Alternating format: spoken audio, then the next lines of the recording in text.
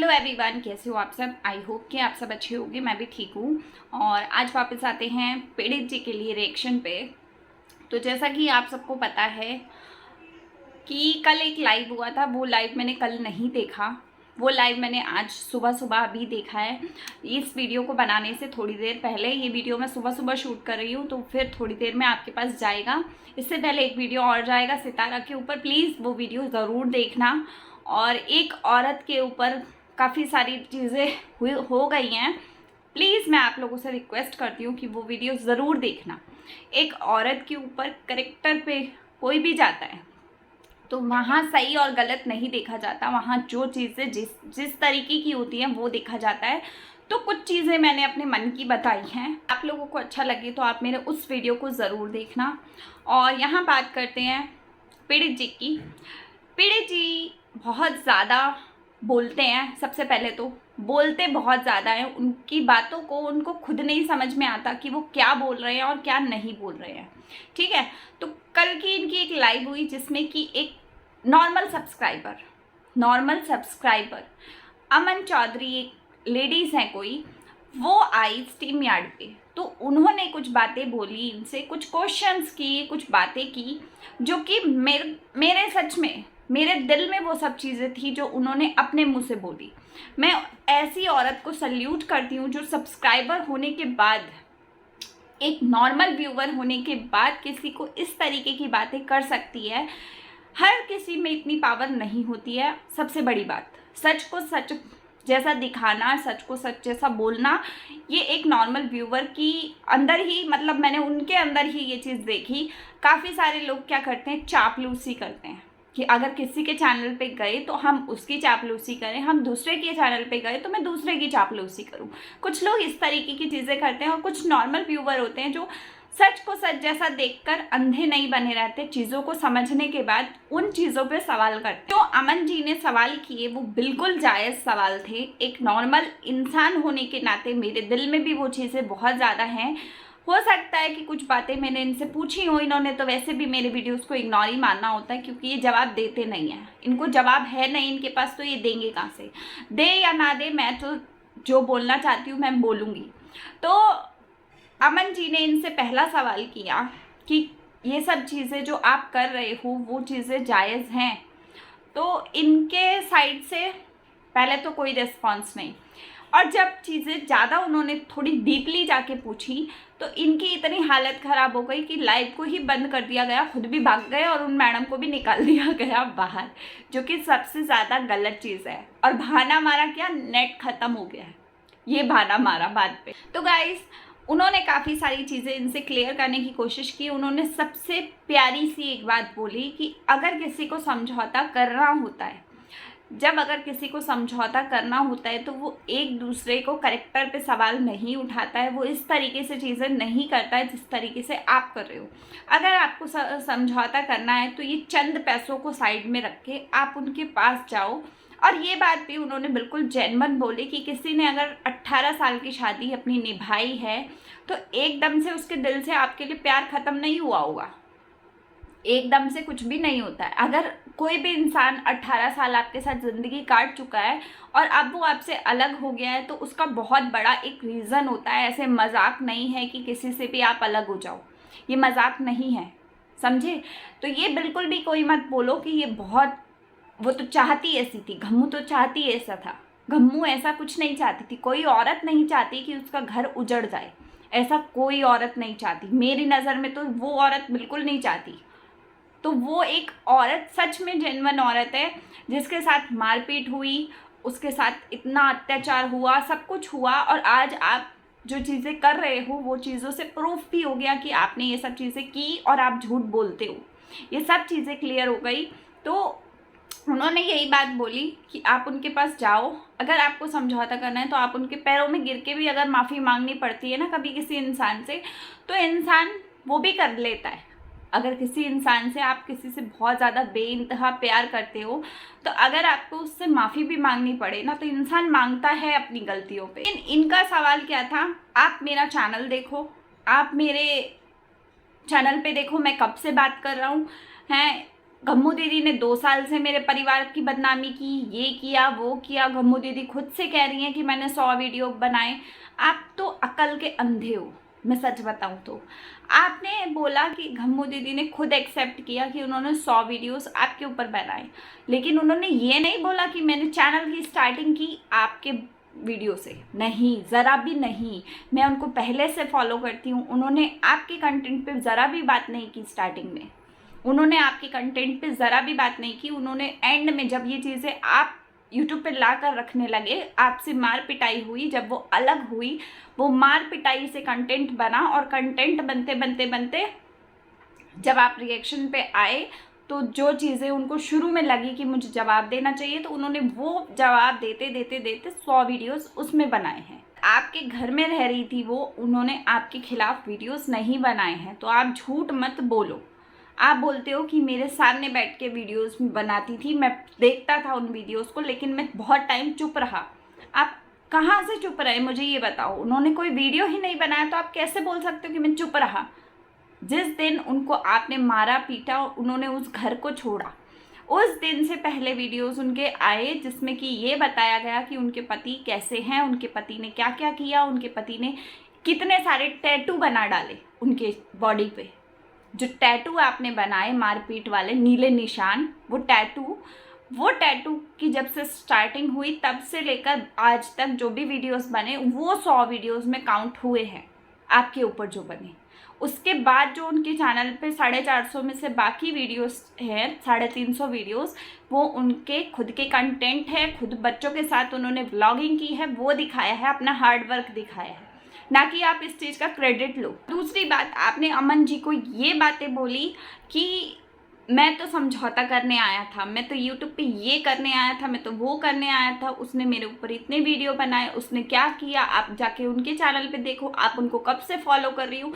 आपसे अगर कोई इंसान पूछ रहा है तो आप दूसरे से क्या सवाल जवाब कर रहे हो? आप क्लियर उनका आंसर करो ना। उनको सवाल कैसे कर रहे हो कि आप कब से फॉलो कर रही हो? भैया कभी से भी फॉलो करे, वो कभी से भी फॉलो करे। आप बताओ कि आप क्या कर रहे हो इस समय। ऐसे समझौता होता है जिसे आप कर रहे हो? मुंह पे मखौटा लेके घूम रहे हो कि मैं समझौता करना चाहता हूँ, और अंदर से खंजर घोंप रहे हो। दो मुंह की बातें करते हो। बोलते हैं कि गम्मू दीदी ने 14-13 मुकदमे किए। तो भैया मुकदमे किए तो अगर वो झूठा मुकदमा करती तो वो आज वो भी नहीं घूम रही होती हवा में, वो भी ऐसे बिना मतलब का नहीं घूम रही होती। पुलिस वाले सब कुछ देखते हैं। और उन्होंने अगर डिवोर्स फाइल किया तो उन्होंने क्लियर फरवरी में किया ना। आप बोलते हो ना इस बात को, तो फरवरी में कर दिया और आपको पता है कि डिवोर्स फाइल हो चुका है, तो उसके बाद आप ये क्या कर रहे हो? उसके बाद तो आप बेवकूफ़ बना रहे हो दुनिया को।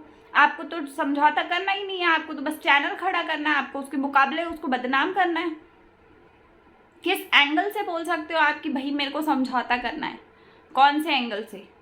ये समझौता करने के तरीके हैं। ज़्यादातर आपके मुंह पे ये बात होती है, मुझे लोग गाली लिखते हैं, मुझे लोग गलत कमेंट लिखते हैं। भैया कमेंट क्यों गलत लिखते हैं? मुझे तो कोई नहीं लिखता, मैटर तो आप दोनों का है, लेकिन बीच में तो बात मैं भी करती हूँ, कहीं ना कहीं रिएक्शन तो मैं भी दे रही हूँ।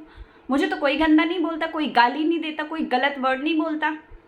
ऐसा क्यों है? क्या रीज़न है ऐसा कि गम्मू दीदी के चैनल पे आपको गलत कमेंट नहीं मिल रहे, मेरे चैनल पे नहीं मिल रहे, सिर्फ आपके चैनल पे क्यों आ रहे? गाली क्यों आ रही है आपके चैनल पे? अमन चौधरी एक लड़की है, वो लड़की होने के नाते आपसे बात कर रही है। वो लड़की किसी को गाली नहीं देती, लेकिन आपको देती है। क्या रीज़न है? उन्होंने कल रीज़न बताया, आपने उनको जवाब दिए? नहीं दिए। जहाँ जवाब देने की बारी आई वहाँ आपका नेट खत्म हो गया, भाग गए आप छोड़ के, उनको भी नीचे निकाल दिया। क्यों? जवाब था नहीं या फिर नाटक कर रहे थे? पागल समझते हो क्या आप सबको? जो बंदा सही जेन्युइन बात करता है ना, उससे आप भागते हो दूर। मुझे भी इसीलिए आप रिप्लाई नहीं करते हो, क्योंकि मेरे जो रिएक्शन आते हैं वो बिल्कुल जेन्युइन होते हैं। आपके पास जवाब नहीं है देने को तो दोगे कहाँ से? मुझे तो आप ये भी नहीं बोल सकते कि भाई 1 साल से पीछे पड़ी है, 1.5 साल से पीछे पड़ी है, बोल ही नहीं सकते। क्योंकि मैं तो जब से बोल रही हूँ, जब से आपने वो टैटू बनाए हैं, वो टैटू पे आज तक सारी चीज़ें मैंने बोली। आपने क्यों नहीं जवाब दिया? क्यों जवाब नहीं देते हो जो बंदा सही बात करता है? कल मैं आपकी लाइव में होती ना उस समय, तो सच बता रही हूँ, जो अमन लड़की आई थी उसके साथ मैं लाइव में आके आपसे वो चीज़ें क्लियर करती और उस अमन को वहीं पे जवाब देती कि आप किस तरीके के इंसान हो। आप खुद घटिया हो, दूसरे को घटिया बोलते हो, खुद से खराब हुआ, दूसरे को मत बोलो। जवाब देने की बारी आपकी हालत टाइट हो जाती है, आपको समझ में नहीं आता है कि जवाब देना क्या है। एक तरफ से बोलते हो कि आपने वो घम्मू की शक्ल नहीं देखी 6 महीने से, दूसरी तरफ से खुद ज्ञान बांटते हो कि बाजार में जा रही थी मैं, उसने मुझे नहीं देखा, मैंने उसे देखा। तो आप खुद से डिसाइड कर लो कि आपने उसे देखा कि आपने उसे नहीं देखा। 2 झूठ कैसे बोल सकते हो एक साथ? झूठ पे झूठ, झूठ पे झूठ, झूठ पे झूठ बोल बोल के 2 मुखौटे लेके चल रहे हो कि ऊपर से बोलते हो इंसाफ चाहिए और अंदर से खंजर खोपे जा रहे हो। जब आपको इतनी तकलीफ नहीं है तो क्यों परेशानी दूसरे को दे रहे हो? वो करेक्टरलेस, उसका अफेयर सबके साथ। घम्मू दीदी का सब कुछ है, मान लिया सब कुछ है, उनका अफेयर भी है, वो करेक्टरलेस भी है, उनके परिवार वाले भी घटिया हैं, फिर भी आप उसको डिवोर्स क्यों नहीं दे रहे हो? आप उसके ऊपर गंदे चीज़ें क्यों बोल जा रहे हो? फाइल उन्होंने किया तो आप साइन करके दे दो ना, बात खत्म। क्यों नहीं देते? मुखौटे पहन के क्यों बैठे रहते हो सिर्फ? उनके भाई की शादी मैंने कराई, भोंडा था वो। कौन सा तीर मार दिया आपने, मुझे ये बताओ, कौन सा तीर मार दिया आपने उसके भाई की शादी करा के? अगर आप नहीं कराते और किस्मत में उनकी लिखा होता कि भाई शादी होके रहेगी, तो आप क्या कर लेते वहाँ?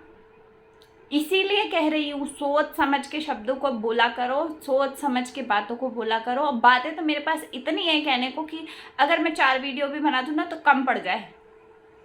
वो भी इतनी सारी बातें मेरे मन में भड़ास इस समय भर गई है आपके लिए कि इतनी सारी बातें हैं कि मैं क्या क्या बोलूँ ना, तो थक जाओगे आप सुनते सुनते। लेकिन मैं कंट्रोल करती हूँ। जो अमन जी ने बातें बोली ना, तो उसका जवाब मैं दे रही हूँ यहाँ पे। आप खुद नहीं चाहते हो कि आपका समझौता हो, आपको सिर्फ घम्मू के साथ में एक वो बनाना है कि भाई तू एक यूट्यूबर है तो मैं भी इस जगह यूट्यूबर बन के खड़ा हूँ। घम्मू गई तो क्या हुआ? मैं तो यहाँ पे यूट्यूबर बन के खड़ा रहूँगा ना, मेरे तो 4 पैसे आएंगे ना। बदनामी कर करके 10,000 सब्सक्राइबर तो मैंने खड़े कर ही लिए। बेशक वो मुझे गाली दे, बेशक वो अच्छा बोले, बेशक वो बुरा बोले, आपको क्या फ़र्क पड़ता है? वो बोलते हो लड़की गाली नहीं दे सकती। क्यों नहीं दे सकती भाई? लड़का कुछ भी बोल डाले, लड़की गाली ना दे, क्यों ना दे भाई? पागल है वो क्या? बेवकूफ़ समझ लिया आपने। तो लड़की गाली नहीं देती है, तुम लड़के हो, फेक आईडी हो। मतलब जो बंदा सच बोल दे वो फेक आईडी हो गई। वाह रे वाह, हद होती है किसी चीज़ की, हद होती है। 1 लाख बंदा फेक नहीं हो सकता। आपको क्या लगता है आपके चैनल पे 10,000 लोग जो आए हैं वो सारी फेक आईडीज आई हैं? सारी फेक आईडीज है। मतलब कोई सच बोल दे तो आपको फेक आईडी बन जाती है। तो इसीलिए कह रही हूँ, लिमिट में सोच समझ के। इंसान, भगवान ने दिमाग दिया है, इंसानियत दी है, दिमाग दिया है, तो दिमाग से सोचो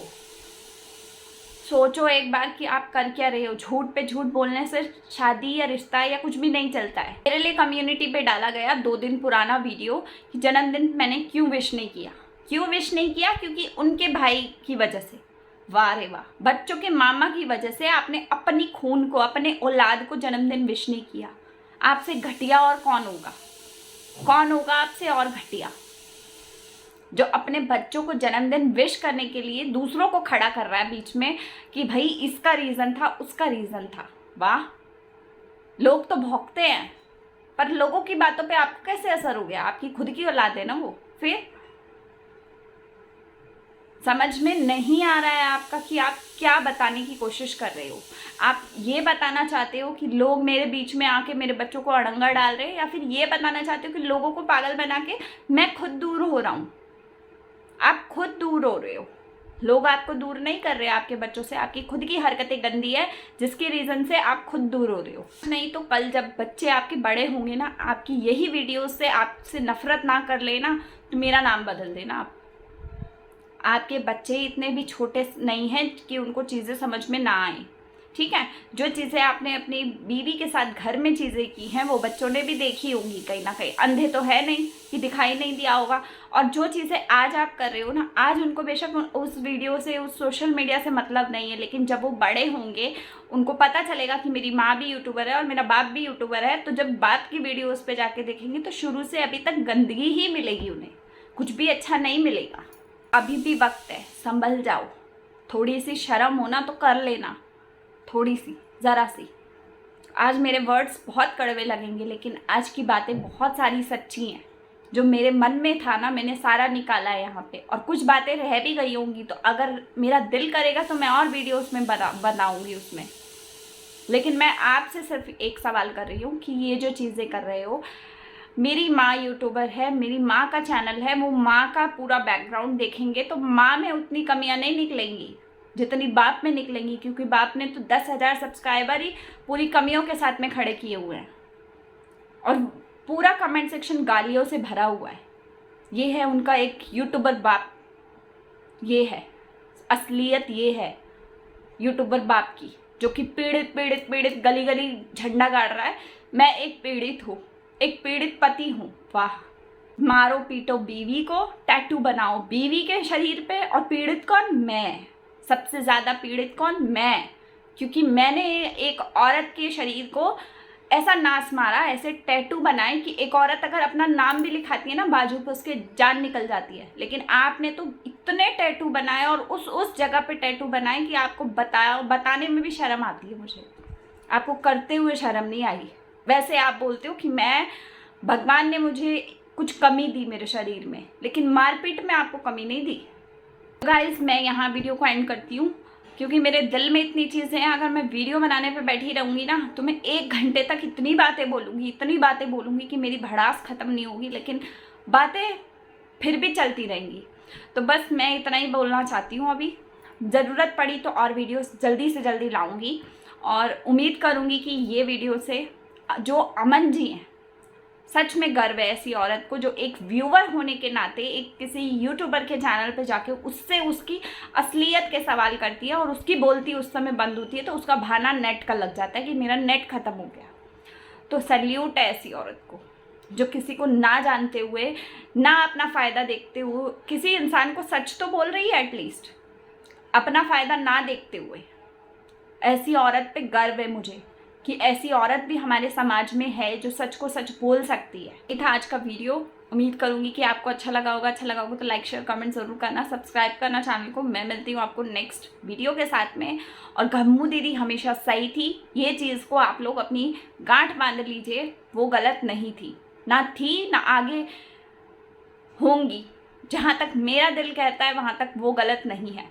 अगर वो गलत होती तो वो गलत नज़र आती, और अभी वो चुप है तो इसका मतलब ये नहीं है जरा भी कि वो चुप है तो बिल्कुल गलत है। नहीं, चुप्पी का भी कुछ रीज़न होता है। अपने बच्चों का बैकग्राउंड, अपने बच्चों का फ्यूचर भी उनको देखना है। इस इंसान का क्या है जिसको खुद की परवाह नहीं, अपने माँ बाप की परवाह नहीं, जिसने अपने परिवार की नीलामी खुद से कर ली, उस इंसान का कोई भरोसा नहीं है। तो बस यही कहना चाहूँगी। तो मैं मिलती हूँ आपको नेक्स्ट वीडियो के साथ में। तब तक के लिए बाय, टेक केयर।